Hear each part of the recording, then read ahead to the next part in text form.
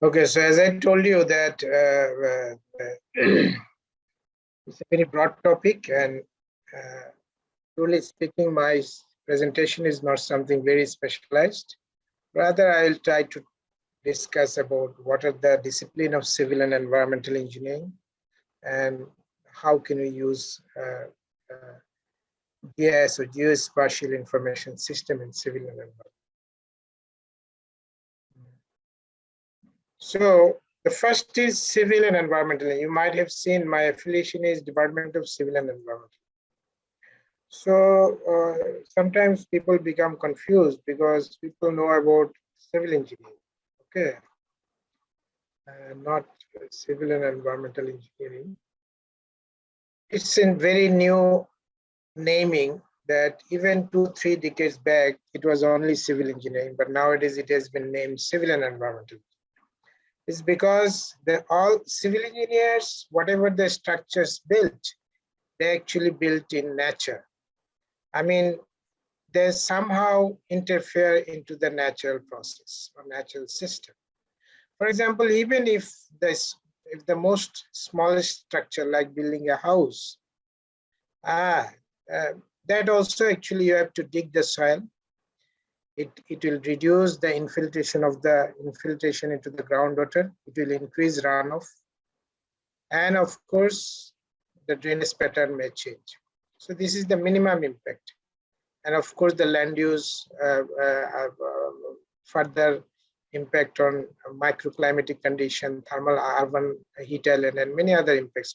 So whether I built a house and, for example, or a bridge or a dam or a barrage, all are actually interfering the natural system. It's somehow exposed to nature.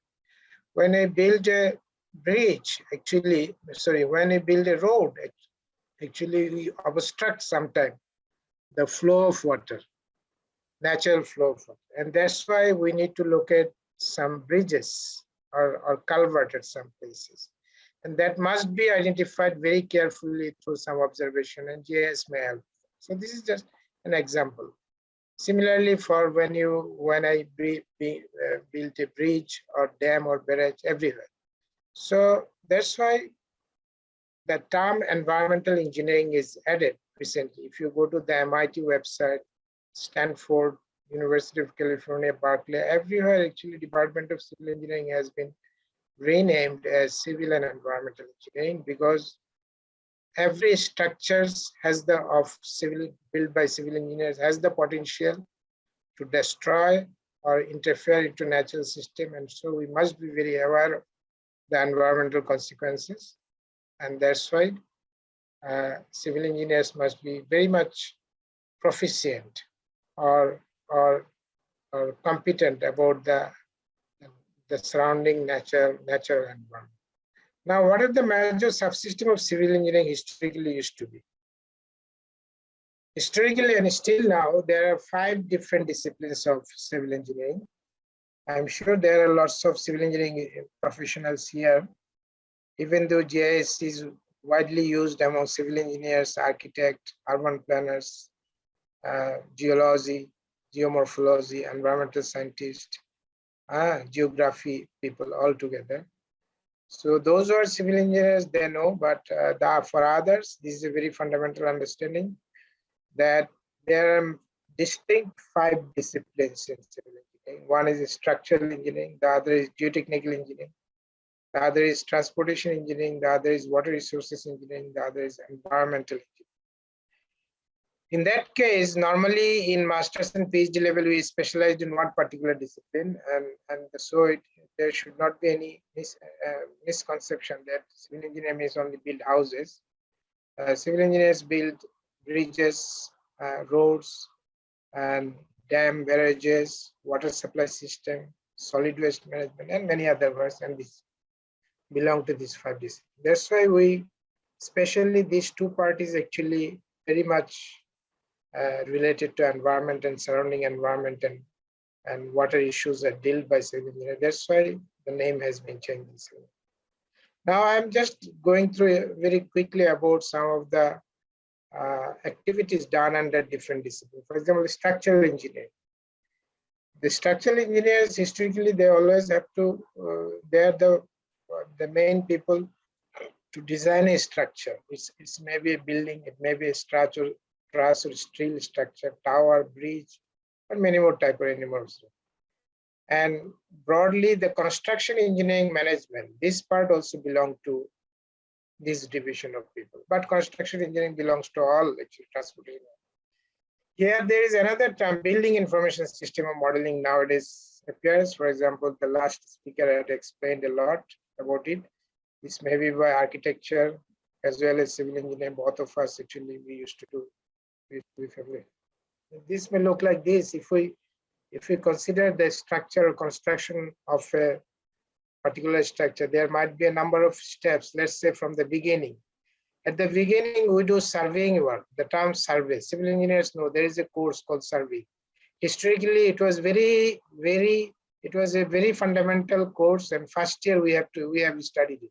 But nowadays, people are not emphasizing on this topic as much because GIS and other advanced technologies appear, and many of the tasks we used to do last time manually, we used to do by those satellite picture, GIS information, remote sensing, and all these advanced techniques. And also instead of level, theodolite chain, we use total stations, and it's become much. So the first thing is, the very first thing, whatever the structure, it's a building, bridge, road, dam, barrage. First you have to survey the site. What is the elevation? How far it is? What is the land slope? What kind of vegetation? What are the soils? How different objects beside the project site?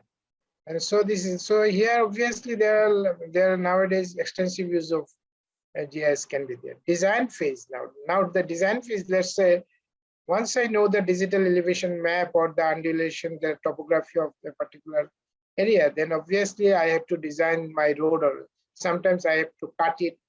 The road sometimes follow the undulation, sometimes we have to design it with some constant slope.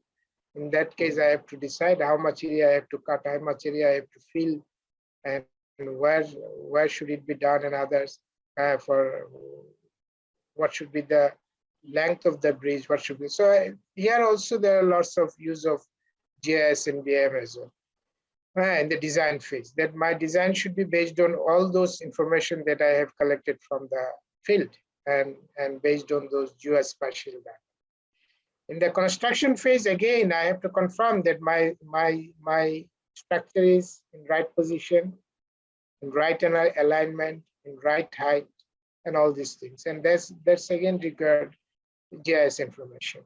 And operational management stage and monitoring and maintenance stage of operational management stage, of course, again, we have to confirm that the structure is built perfectly, integrity is maintained, and after the building has been constructed, the building information facilities can be checked. So what I mean that in every stage of a civil construction event, we can have we use geographic information system in many ways.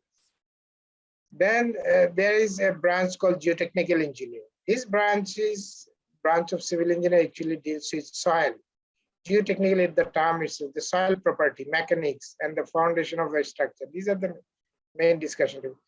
Any building, interestingly, a building, the superstructure or the structural design is done by structural engineers, but foundation is done by geotechnical engineer, because he will decide what should be the soil type, soil strength, and all this. Not only this, if it is an earthen embankment, if it is a road with earth base, if it is a bridge spare to be built over a river, then how long it should be embedded into the soil, because there are friction pile and bearing pile, and also slope stability. Like nowadays in Bangladesh also, we are suffering from landslides in the hilly areas.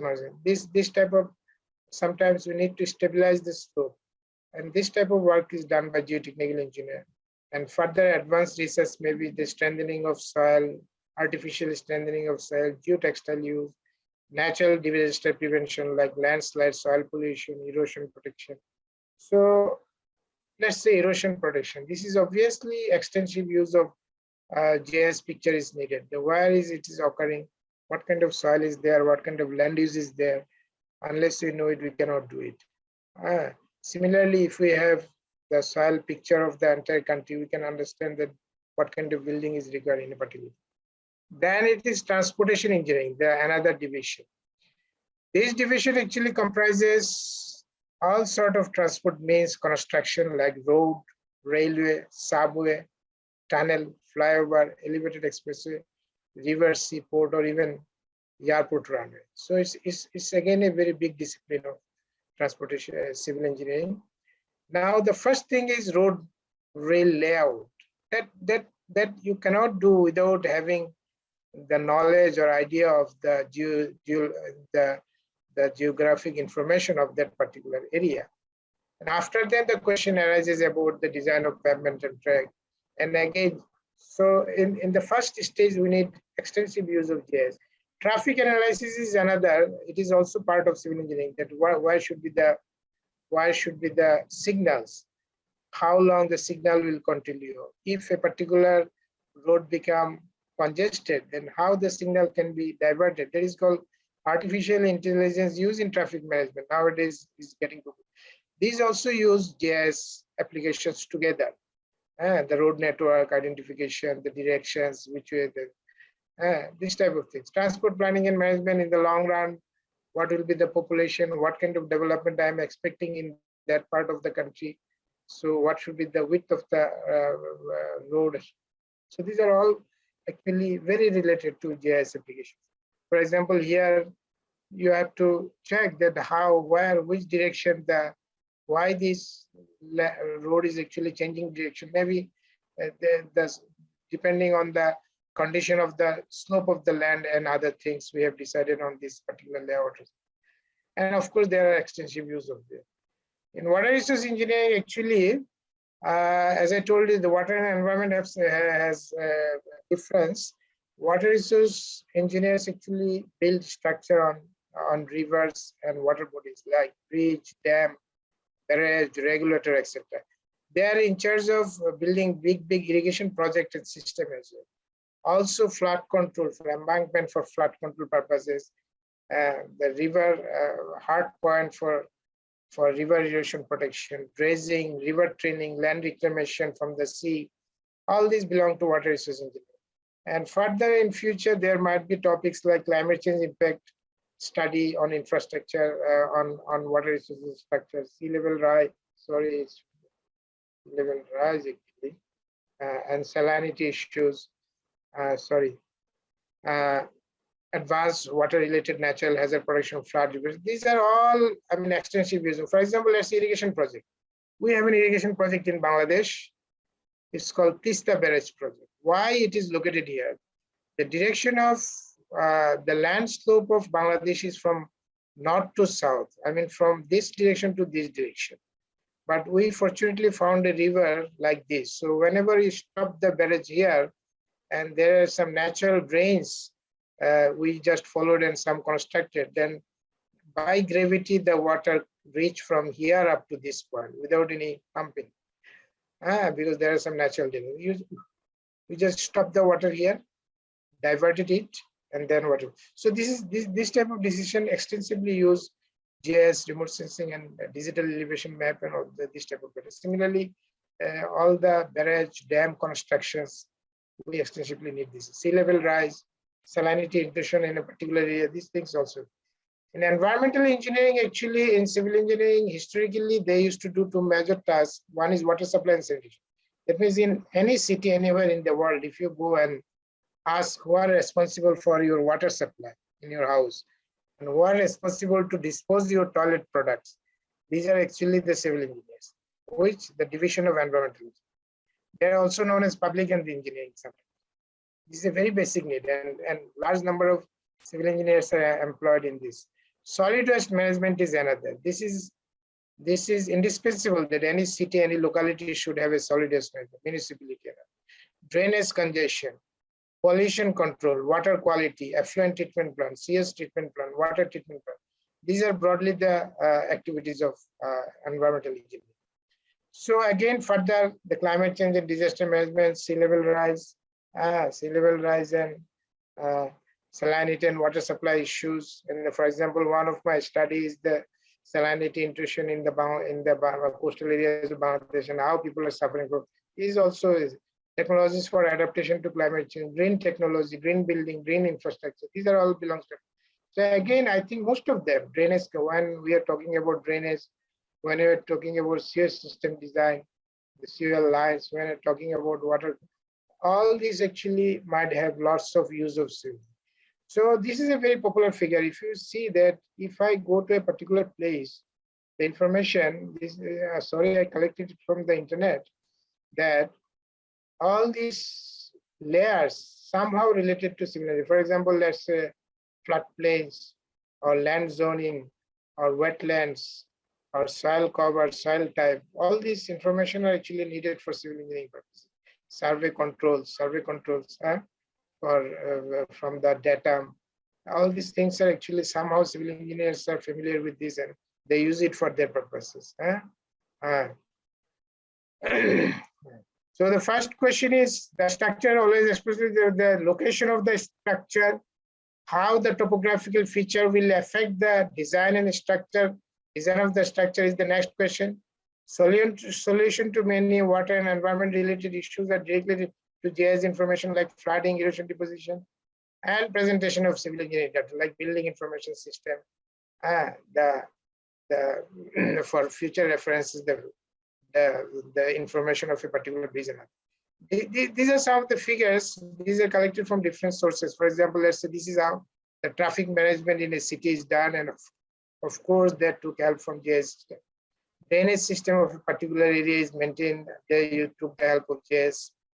Erosion and deposition in a particular river is followed for a long time. Of course, we need the pictorial feature from. And this is what the Bangladesh Flood Forecasting and Warning Center. This has lots of station and the station data depending on the water level. They usually prepare inundation map on a real-time basis by comparing it with the digital elevation map. That means this water level compared with the digital elevation map or elevation of that area, and a two-dimensional model will say that this area is flooded or underwater or something. So these are some. Now I'm telling about some of my uses because I should not use so much of others people's figure.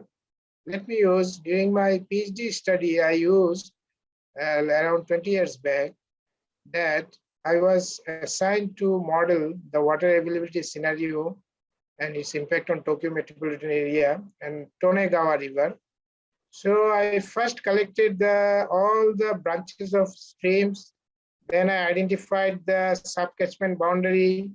Then I identified which area I should study. Then I collected the land use information, elevation.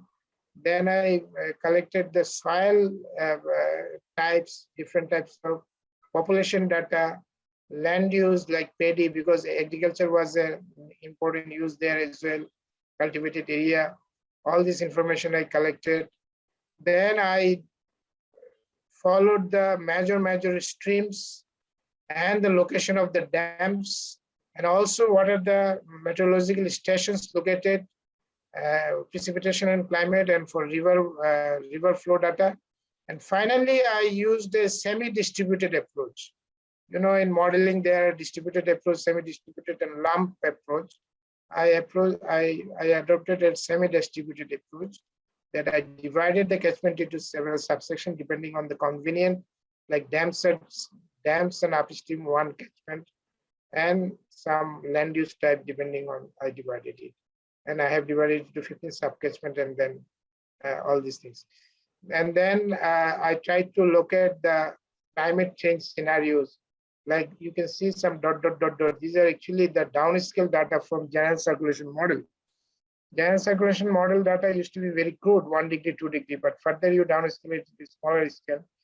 And that we collected, that we did. And then we draw some control line for different years, 2010, 2030, 2050, 2070, how the temperature will change, how the precipitation will change. This is also all done by me. And then in my postdoctoral study, I was working at Taikanoki lab. At global level, my job was to calculate the water availability. And also there was another study on virtual water. Those who doesn't know virtual water is the content of water behind a particular product. For example, 1 kilogram rice required 3,000 liters of water. That is the virtual water content of 1 kilogram rice. That means production of 1 kilometer rice required 3,000 liters. So when I'm importing 1 kilogram rice, I am saving 3,000 liters of water. So this type of how global trading has an impact on global water availability. Global trading of agricultural product has impact on global water. How the water scarce countries are managing managing their water shortage by importing water intensive agriculture product. This type of study I did. Here last time I used ArcGIS, but this time I use another software I found very interesting. It's GMT, generic mapping tool. Many of you may know it. And also use grid analysis and display system. So these are the advantage was that this can be embedded into a program like Fortran, C. You can embed it. It's not user friendly, but for expert user, these are very useful. And you can have different types of manipulation through programming to get this. So it is for expert user. So nowadays I also see that the Supermap, that particular software that sounds like ArcGIS, but they have building information system and some very interesting features that might be interesting. Day by day, the geographic information system is improving day by day. Next, let's say this one. Which one is this? This one is also an interesting figure that I produce. That how global water availability. This is my preparation. I prepared in my understanding. Maybe later the irrigation water uses all over the world, how different month, January, February, March, April is changing. So this type of interesting, these are very interesting information, can be utilized by using those GIS or geographic information software. And recently we have done a study that the risk analysis of the coastal area. This is the Bay of Bengal and this is the coastal area of Bangladesh. And we try to understand what is the risk of cyclone and which upazila or districts, sub-districts, we need to construct more cyclone shelter. And that's why we have a model. Risk is a function of hazard, exposure, and vulnerability. And so for every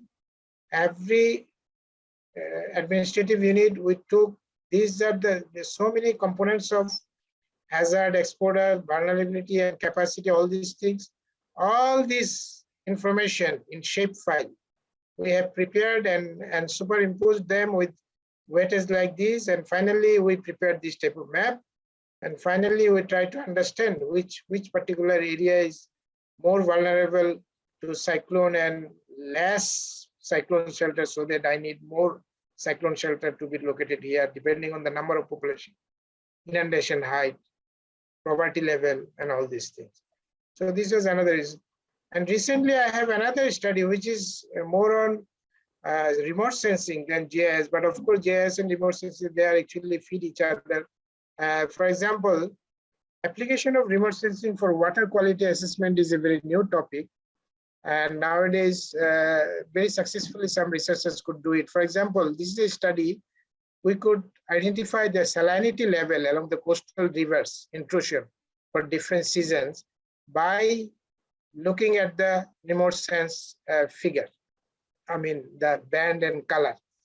And once we successful in identifying salinity level, we then decided that surrounding to Dhaka, there is a tannery, and this tannery is discharging lots of, you can see that tannery, and this tannery is discharging lots of waste into this Dhaleshwari river, and how the river water quality change, whether it is possible to have real-time monitoring by following the satellite pictures.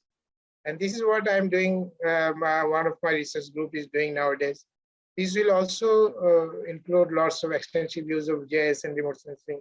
And what I can say that civil and environmental engineering and this particular field, almost every division of, or every 5 division of civil and environmental engineering actually extensively need to use geographic information system, whether it is ArcGIS, SuperMap, or GMAT, or GRAS. Many different forms of this information system might be useful. It is a very, because engineers solve everyday problem, not only research like geologists or others.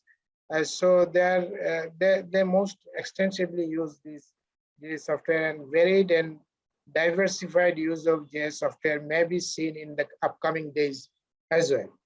Thank you so much. It's a very simple presentation, nothing very special. Thank you.